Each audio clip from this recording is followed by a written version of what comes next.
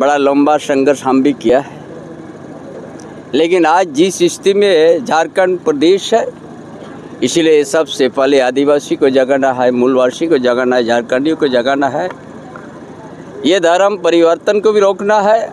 आज जो भी किया देश के अंदर कोई भी धर्म हम मान सकता है, स्वतंत्र है, मानिए अच्छा है, लेकिन आदिवासी का आप यदि आदिवासी रूढ़िवादी प्रथा को आप छोड़ दिया है, यहाँ के जीवन शैली सब छोड़ दिया है, आप दूसरा धर्म को अपनाया, तो आदिवासी का जो रिजर्व सीट है वो रिजर्व सीट नहीं मिलना चाहिए। इसके लिए हम आदिवासी के बीच में हम बड़े जोर से हम चर्चा करेंगे और आदिवासी को जगाने का काम करने। क्या बताएंगे अब, यहाँ ये सरकार तो नहीं देख रहा है, बंगाल में अभी मुर्शिदाबाद से वहाँ का जो भूमिपुत्र हिंदू लोग सब भाग रहा है, ये आप भी जानते हैं, हम भी जानते हैं। इसीलिए आप ये भी जाग जाओ, ये स्थिति पैदा नहीं हो झारखंड प्रदेश में, इसीलिए आपको जागने का जरूरत है। हम क्या बोला, आप ये भी समझ बनाया कि भी जागने का समय आ गया है। झारखंड की भी स्थिति वही होने वाली है बंगाल की तरह। अरे इसीलिए तो हम बोला जागाओ, जाग जाओ, ताकि बंगाल की स्थिति झारखंड नहीं हो। जो बोलते जा रहा है, अगर वो काम करता तो ये स्थिति सांताल में नहीं होता ना। अभी सरकार गूंगा हो चुका है, नहीं देख पा रहा है, अंधा है। बोलता है यहाँ तो कोई बांग्लादेशी नहीं है जो चंदन की आरी में पकड़ा गया। आपका बगल में आप ही लोग देख लिया, आप ही लोग प्रकाश में लाया है। इसीलिए आदिवासी का अस्तित्व खतरा में है, नाम के लिए अबुआ राज। पूर्व मुख्यमंत्री और भाजपा नेता चंपई सोरेन सरहुल मिलल समारोह में शिरकत करने पहुंचे, लेकिन मन से उन्होंने राज्य सरकार पर जमकर निशाना साधा। उन्होंने धर्म परिवर्तन, बांग्लादेशी घुसपैठ और आदिवासी संस्कृति पर हमला को लेकर कड़ी चेतावनी दी। पूर्व मुख्यमंत्री चंपई सोरेन बोकारो के बालीडीही के जाहिरगढ़ पहुंचे, जहां सरहुल मिलन समारोह में उन्होंने पारंपरिक पूजा अर्चना कर कार्यक्रम की शोभा बढ़ाई, लेकिन इसके साथ ही उन्होंने राज्य सरकार पर जमकर हमला बोला। चंपई सोरेन ने कहा कि अगर अब झारखंड के आदिवासी नहीं जागे तो यह राज्य भी बंगाल की राह पर चल पड़ेगा। उन्होंने पश्चिम बंगाल के मुर्शिदाबाद में हिंदुओं पर अत्याचार और बांग्लादेशी घुसपैठ का मुद्दा उठाते हुए झारखंड सरकार की चुप्पी पर सवाल खड़े किए। इसके अलावा उन्होंने धर्मांतरण पर भी तीखी प्रतिक्रिया दी और कहा कि जिसने आदिवासी धर्म छोड़ा उसे आदिवासी आरक्षण का लाभ नहीं मिलना चाहिए।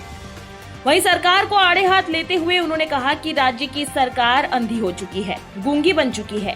चंदन क्यारी तक में बांग्लादेशी घुसपैठ के प्रमाण मिल रहे हैं, फिर भी सरकार इनकार कर रही है। नाम का अबुआ राज है, लेकिन असली अस्तित्व खतरे में है।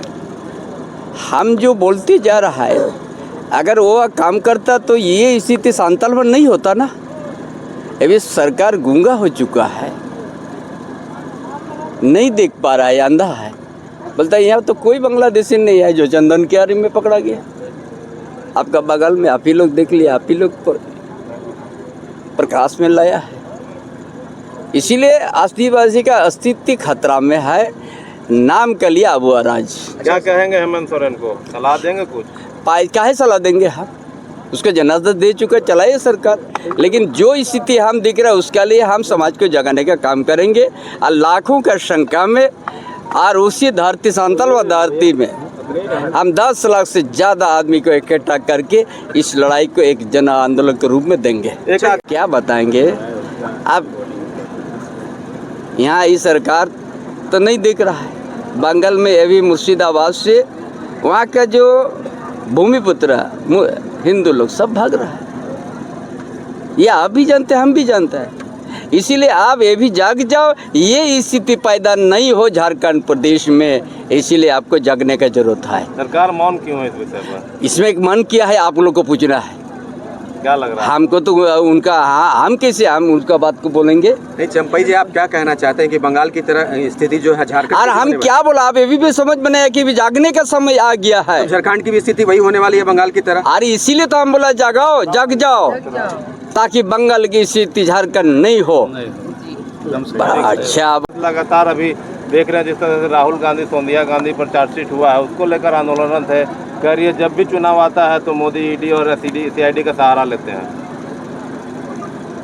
ये आपको कौन बता दिया है? नहीं, अभी हेराल्ड मामले में जिस तरीके से कांग्रेस प्रदर्शन कर रही है लगातार, वो कर रहा है, वो अपना पार्टी का कार्यक्रम है, वो उसमें मोदी जी का नाम आ रहा है।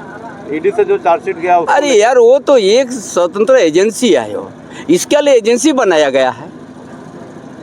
जहाँ जहाँ देखिएगा वहीं पर जांच करेगा ना, उसमें राय भारत सरकार का क्या है, वो क्यों एजेंसी से वो बनाया गया है? अरे एजेंसी अपना काम करे, उसके लिए सरकार को अरे उनका अगर सही आए तो सही है ना निकलेगा, उसमें परेशान होने की कोई जरूरत नहीं है, उसमें प्रधानमंत्री का नाम लेने की क्या जरूरत है? अच्छा चंपई जी, एक बात कहें, वर्तमान में जो बंगाल